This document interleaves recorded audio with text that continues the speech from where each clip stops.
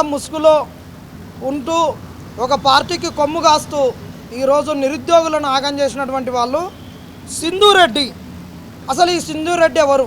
అసలు ఈ సింధూరెడ్డికి నిరుద్యోగుల సమస్యలు తెలుసా? ఈ సింధూరెడ్డి అశోక్ నగర్కి ఎన్ని సంవత్సరాల కిందట పరిచయం అయింది?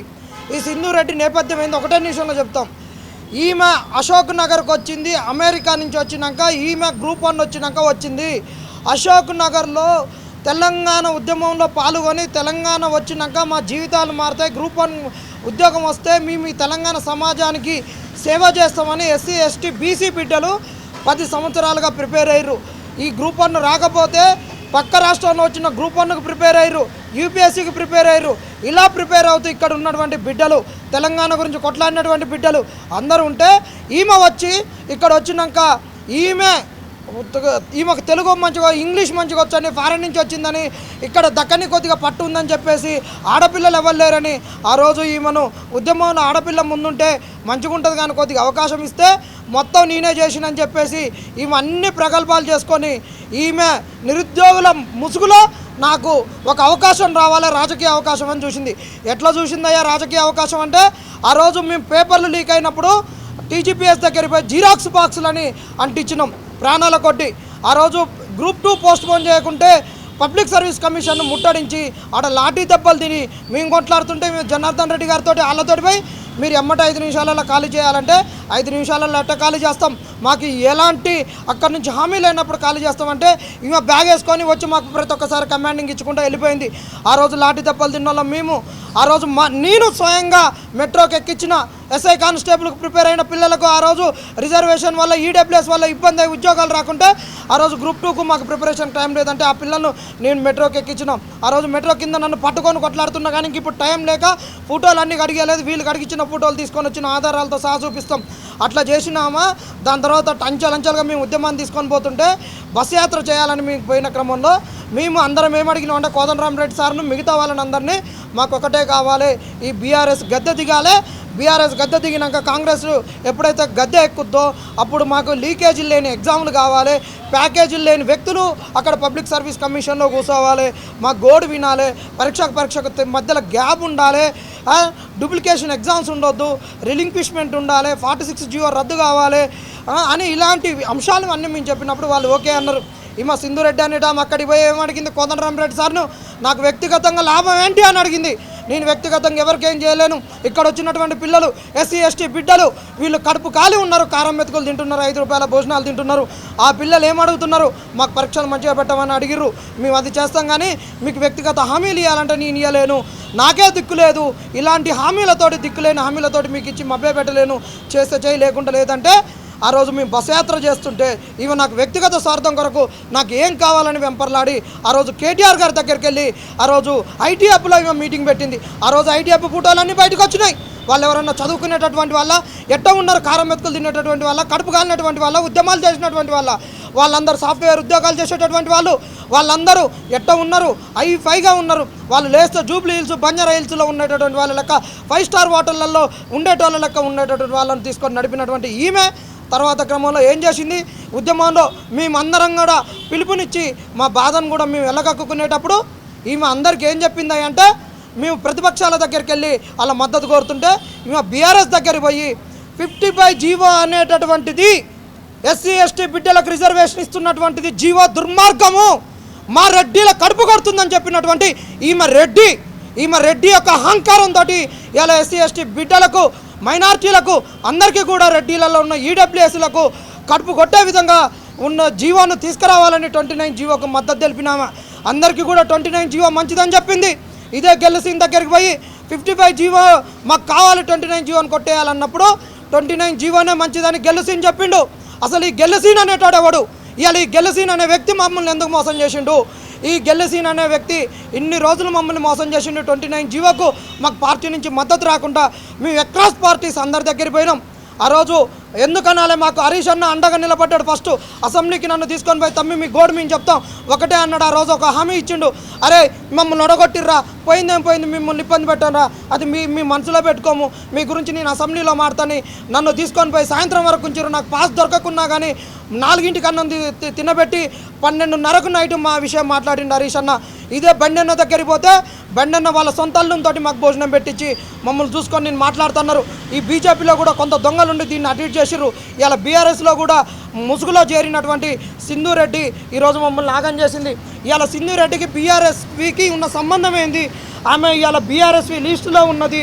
బీఆర్ఎస్వి కమిటీలు వేస్తుంటే ఇవాళ కేసీఆర్ దగ్గరని అందరినీ తీసుకొని పోయి ఆయన కేసీఆర్ మాట్లాడుతుంటే ఫామ్ హౌస్లో ఈమె ఎందుకు పోయి ఉన్నది, ఈమె ఎందుకు అక్కడ ఉన్నది, ఈమె పేరు బీఆర్ఎస్విలో ఎందుకు ఉన్నది? ఇన్ని రోజులు అందరు నువ్వు బీఆర్ఎస్వి నువ్వు ఇవాళ పార్టీకి ఒక దానికి కొమ్ము కాస్తున్నావు అన్నప్పుడు నేను కొమ్ము కాయట్లేదు అని చెప్పిన ఈమె ఈరోజు బీఆర్ఎస్వి అసలు కథ బయటపడి మమ్మల్ని బీఆర్ఎస్విగా వాళ్ళకు దగ్గరగా ఇక చూడండి, ఇది జూమ్ చేయండి, ఆమె పేరు చూడండి, బీఆర్ఎస్వి అంట. ఆమె బీఆర్ఎస్వి మా మాటలు చెప్తే వినిపించుకోకుండా ఆమె బీఆర్ఎస్వి తోటి అక్కడ ఉండి ఆమె చేసి ఈరోజు మాకు ఏది ఆధారం లేకుండా మా కేసులకు అన్న దొరకకుండా చేసినటువంటి వ్యక్తి. ఇంకొక ఆమెతో ఎప్పుడు ఉంటాడు లేస్తే మహేందర్ అనేటటువంటి వ్యక్తి. ఆయన పిటిషన్ 55G1 రద్దు చేయాలని ఆయన పిటిషన్లో ఉండి వీళ్ళందరూ కూడా SC STలకు ఇగో తోటకూరి మహేందర్ 65వ పేరు, ఇది కూడా జూమ్ చేయండి, 55G1 మీద వేసినటువంటి కంప్లైంట్, ఇది కోర్టులో వేసినటువంటి కేసు రిట్ పిటిషన్ 65 పేరు. ఇగో ఇది ఆ రోజు 55G1 రద్దు చేయాలని వేసినటువంటి కాపీ. లేస్తే వీళ్ళిద్దరు కలిసి ఉంటారు చూడండి. ఇగో మహేందర్ సింధు, ఈమె సింధు రెడ్డి, ఈమె మహేందర్, కోదండరామ్ సార్ తోటి ఇట్ట వీళ్ళు మార్కెటింగ్ అందరితోటి కలిసి చేసినామని. మరి మేము కొట్లాడినే మేము ప్రాణానికి తెగిడిచి చేసినటువంటివి మరి మా ఎన్ని మేము చెప్పుకోవాలంటే చాలా ఉన్నాయి. మరి ఇదే 29G1 రద్దు చేయాలి. ఇక్కడ వచ్చినటువంటి అన్నీ కూడా ఏంటంటే వీళ్ళు వేసినటువంటి కేసులలో మాకు ఇబ్బంది జరుగుతుందని చెప్పితే వీళ్ళు వినకుంటే పబ్లిక్ సర్వీస్ కమిషన్ దగ్గరికి పోయి ఇగో పబ్లిక్ ఇది పెద్ద వైరల్ అయినటువంటిది పోస్టర్లు నైట్ నేనేసిన, ఎక్కడన్నా చెప్పుకున్నావా? ఇగో ఇది నేనేసిన. ఆ రోజు తెలుగు అకాడమీ కాడ పబ్లిక్ సర్వీస్ కమిషన్ కాడ పోయి పోస్టర్లు వేసింది నేను. ఆ రోజు ఎంత వైరల్ అయిపోయింది, ప్రాణాలకు తెగడిచినాం. మా కులాలు అగ్ర కులాలు కాదు, రాజ్యాధికార కులాలు కాదు, మాకేమో ఆస్తులు లేవు పాస్తులు లేవు. కేసులు అయితే ఎవడు మమ్మల్ని నడిపించుకొస్తుంది కవల్లాడు. ఒక బ్రదర్ మాకు తెలిసినటువంటి బ్రదర్ మా యూనివర్సిటీలో మాతో ఉన్న సాన్నిధ్యంతో వచ్చిండు. ఇవాళ 20-30 వేలు ఖర్చు అయినాయి. మేము కష్టపడి చేస్తుంటే ఇట్లా మేము మార్కెటింగ్లో స్ట్రాటజీలు చేసుకునేటటువంటి వాళ్ళం కాదు.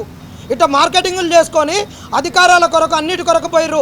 ఈరోజు మేము మీడియా సాక్షిగా ప్రెస్ మీట్ సాక్షిగా ఒకటే అడుగుతున్నాం, బీఆర్ఎస్విలో ఉండి నాకు ఏ రాజకీయ పార్టీకి సంబంధం లేదు. ఆ రోజు నేను కాంగ్రెస్ పార్టీ రావడానికి నేను కష్టపడ్డా. ఇగో ఆ రోజు కోదండరామ్ సార్తో తిరిగినా, అందరికీ తిరిగినా, కాంగ్రెస్ వాళ్ళతో తిరిగినా అని చెప్పుకుంటూ చేస్తూ నేను బీఆర్ఎస్ వాళ్ళ దగ్గరికి కూడా పోయినా, అందరి కాడికి పోయినా, నాకు బీఆర్ఎస్వికి సంబంధం లేదు అని చెప్పినటువంటి ఈ సింధు రెడ్డి బీఆర్ఎస్వి ముసుగులో ఉండి అశోక్ నగర్లో ఎందుకు నిరుద్యోగులను మోసం చేసింది ఈమె. మేమందరం పిలుపునిచ్చి అన్నీ చేస్తే నైట్ కాడ వస్తుంది, పొందించిన పొయ్యిరాళ్ళ కాడ వచ్చి పాయసం వండుకొని పోతుంది. అన్ని పిలుపునిచ్చిన కాడ వచ్చి అన్ని ప్రెస్ మీట్ కాగానే వెళ్ళిపోతుంది ప్రెస్ మీట్ మాట్లాడి. ఈ సింధు రెడ్డి మహేందర్ వీళ్ళందరూ మోసం చేసిర్రు. మరీ ముఖ్యంగా గెలుసీన్ అనే వ్యక్తి ఈరోజు చేసినటువంటి మోసం ఏందంటే ఈ 29G1 గురించి మీరు కొట్లాడట్లేరు రోడ్ల మీద, కాబట్టి ఈ బీఆర్ఎస్ వాళ్ళు మీకు ఇయ్యరు, మీకు ఏ సపోర్ట్ ఇయ్యారంటారు. గెలుసీను నీకు నేను డైరెక్ట్గా నీకు క్వశ్చన్ ఇసురుతున్న సీన్ అన్న ఒక్కటి అర్థం చేసుకో. మేము ఇక్కడ అశోక్ నగర్లో ఉన్నటువంటి వాళ్ళము, పిహెచ్డీలు అయిపోయి ఉస్మాన్ యూనివర్సిటీలు అయిపోయి వివిధ యూనివర్సిటీలలో అయిపోయి వచ్చినటువంటి వాళ్ళం. ఇలా ఉద్యోగాలకు చదువుకుంటందుకు వచ్చినటువంటి వాళ్ళం, సాఫ్ట్వేర్ ఉద్యోగాలకు లక్షలలో వదిలిపెట్టుకొని వచ్చి ఉండేటటువంటి వాళ్ళం, పెళ్ళిళ్ళై పిల్లలను వదిలిపెట్టుకొని అశోక్ నగర్లో ఉండేటటువంటి వాళ్ళం. మేము కొట్లాడతామా? నువ్వు ఒక విద్యార్థి విభాగం రాష్ట్ర అధ్యక్షునిగా ఉండి నీవు యూనివర్సిటీలలో నువ్వెందుకు కొట్లాడనీయట్లేవు? నీ విద్యార్థి విభాగం ఎక్కడ పోయింది? నీ చేతగాని తనం అయితే మేము నీ తరపున మేము కొట్లాడతామా? ఇలా మాకు తప్పు జరిగింది, నీ పార్టీ మమ్మల్ని 10 ఏళ్ళు మోసం చేసింది, ఏదో ఒకటి ఇలా మీరు రియలైజ్ అయ్యి మాకు మద్దతు ఇవ్వడానికి నువ్వు పార్టీని మెప్పించాల్సింది పోయి మీ తరపున మేము కొట్లాడితే మా వల్ల మీ పార్టీ ఇవాళ అధికార పార్టీ వ్యతిరేకత వస్తుంటే నువ్వు జబ్బలు తరుచుకుంటూ ఏసీలలో కూర్చొని నీ పార్టీకి రేపు మైలేజ్ వస్తే నువ్వు పోటీ చేసుకొని కూర్చుంటావు, మేము కొట్లాడాలి, నువ్వు వ్యవసాయాలకు కూర్చుంటావా? ఇదేనా నీ చేతగాని దద్దమ్మతనంతో మమ్మల్ని కొట్లాడట్లేదని నీ పార్టీ మాకు ఏ మద్దతు ఇవ్వకుండా నువ్వు చేస్తావా? ఇది గెలిసీను వీళ్ళందరినీ పెట్టుకొని చేసిండు. ఇంకొక బహిర్గతం చేస్తున్నావు. ఈమె చూడండి, కొద్దిగా వీడియోలు ఎంతైనా కానీ దయచేసి ఏమనుకోవద్దు. ఆమె ఏం చేసిందంటే 55 జీవోకి మంచిది కాదు 29 జీవోనే మంచిది అని చెప్పినటువంటి ఒక రాజ్ కుమార్ అనేటటువంటి వ్యక్తికి ఈమె మద్దతు ప్రకటించింది. ఆయనకు ఎమ్మెల్సీలలో ఈమె యొక్క అహంకారం చూడండి. వీళ్ళు 29 జీవోని ఎప్పటికప్పుడు కూడా వీళ్ళకు కావాలని చేసుకున్నటువంటి, వీళ్ళకు అగ్రకులాలకు కావాలని చేసుకునేటటువంటిది.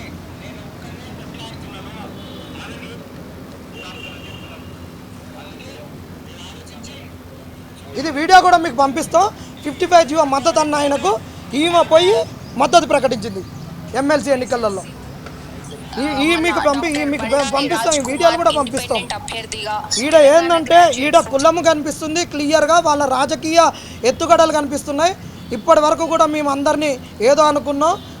అశోక్ నగర్ విద్యార్థులారా, తెలంగాణలో ఉన్న నిరుద్యోగులారా, ఇలాంటి దొంగలను నిరుద్యోగుల ముసుగులో వచ్చి నిరుద్యోగ సమస్యలను పక్కదారి పట్టించిన వాళ్ళకి చెంపు దెబ్బ కొట్టాలి. ఏపీలో ఎలాంటి రాజకీయ ప్రమేయం లేకుండా ఒక ఉద్యమాన్ని ముందుకు తీసుకొని పోతుంటే దానికి మేము మద్దతు కూడా ప్రకటించినాం. ఈరోజు వాళ్ళ గురించి కూడా మాట్లాడాలనుకున్నాం. వాళ్ళకి ఇంకొక గంటలో ప్రెస్ మీట్ పెట్టి వాళ్ళకు వెబ్ నోట్ కూడా లోకేష్ బాబు రిలీజ్ చేయబోతున్నాడు. వాళ్ళకి ఏంటంటే ఉద్యమం అనేది నిజంగా జెన్యున్గా చేరింది కాటిపోయింది. ఇలాంటి దొంగలు ఉండి రాజకీయాలు కల్పిస్తున్నారని చెప్పేసి కాంగ్రెస్ వాళ్ళు ఎప్పుడైనా అధికార పార్టీ పక్కకు పట్టేయాలని చూస్తుంది. దానికి పావులుగా ఉండి చేసి నిరుద్యోగులను మోసం చేసిన సింధూరెడ్డిని, అధికార ప్రతిపక్షంలో ఉన్నటువంటి గెల్లుసీనుకు కూడా అందరూ బుద్ధి చెప్పాలని కోరుకుంటున్నాం. మేము ఒకటంటున్నాం, రాజకీయాలలోకి రావాలి. మేము రాజకీయాలలోకి రావాలనుకున్నా ఏబీ వాళ్ళ దగ్గరికి పోయినాం, బీజేవైఎం దగ్గరికి పోయినాం, ఎస్ఎఫ్ఐ వాళ్ళ దగ్గరికి పోయినాం, డివైఎఫ్ఐ వాళ్ళకి అడిపోయినాం, పీడిఎస్ వాళ్ళకి అడిపోయినాం. నువ్వు బహిరంగంగా చెప్పు, నేను బీఆర్ఎస్వికి పోయినని చెప్పు. బీఆర్ఎస్ వాళ్ళని తీసుకొస్తే మేమే స్వాగతిస్తాం కదా.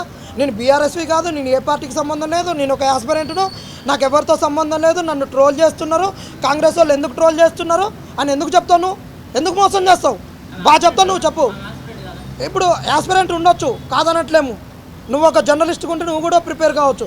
నేను ఇక్కడ ప్రిపేర్ అవుతూ నేను ఇంకొక పని చేసుకోవచ్చు, జాబ్ చేసుకోవచ్చు, నేను ఇంకొక కుల సంఘంలో ఉండొచ్చు, ఒక రాజకీయ పార్టీలో ఉండొచ్చు. కానీ ఉన్నది బహిరంగంగా చెప్పాలి కదా. నేను ఏ పార్టీకి సంబంధం లేదు, నేను ఎవరికి సంబంధం లేదు, నాకెందుకు రాజకీయాలు పులుముతున్నారు అని ఎందుకు చెప్పాలి? చెప్పండి.